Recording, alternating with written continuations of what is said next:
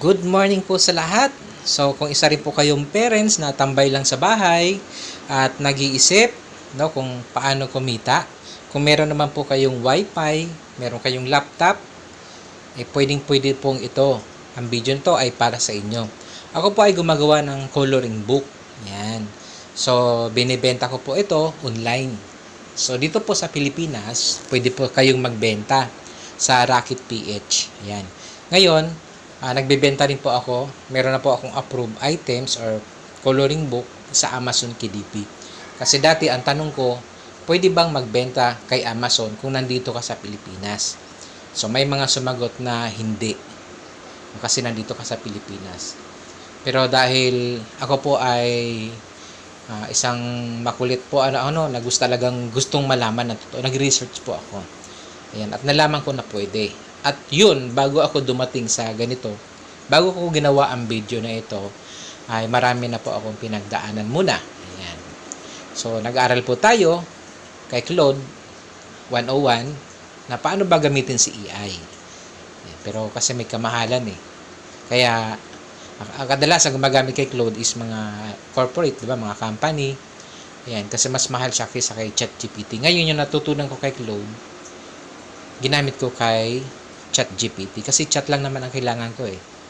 Ayan. So, nagagawa ni ChatGPT. Yung nagagawa ni ChatGPT yung mag-print ng picture na nagagawa ni Gemini. Pero kasi dito ang ginagawa ko, si ChatGPT ang katulong ko rito talaga. Kumbaga, main character ng AI, si ChatGPT, then si Claude ang nagpiprint, at si Canva ang finishing. After nun, ipapa-approve ko kay Amazon yung gawa, no? Tapos, ipopost ko naman kay Rocket PH. Ngayon, bakit ako napunta sa ganitong negosyo? Isa po akong TikTok affiliate na nag-start pa po last year. Ayan. So, October 2025 up to now. So, at least kahit papaano, wala po akong product na nilalabas. Gumagawa po ako ng video product na nakakabenta naman. Na bawat benta ay meron akong 5%. Kasi meron po akong consistent company. Yan, nag-message po sa akin na kung pwede gawan ko sila ng video na i-features yung product nila. At yun ang ginawa ko. Kung gusto niyo rin po matutunan, pwede ko po ituro sa inyo. Then, maituturo ko po sa inyo ano bang benefits na manood kayo sa video ko. Ang ituturo ko po rito sa inyo, paano ba gumawa ng character na from 1 to 50 pages, no? Na iisa ang result nung character.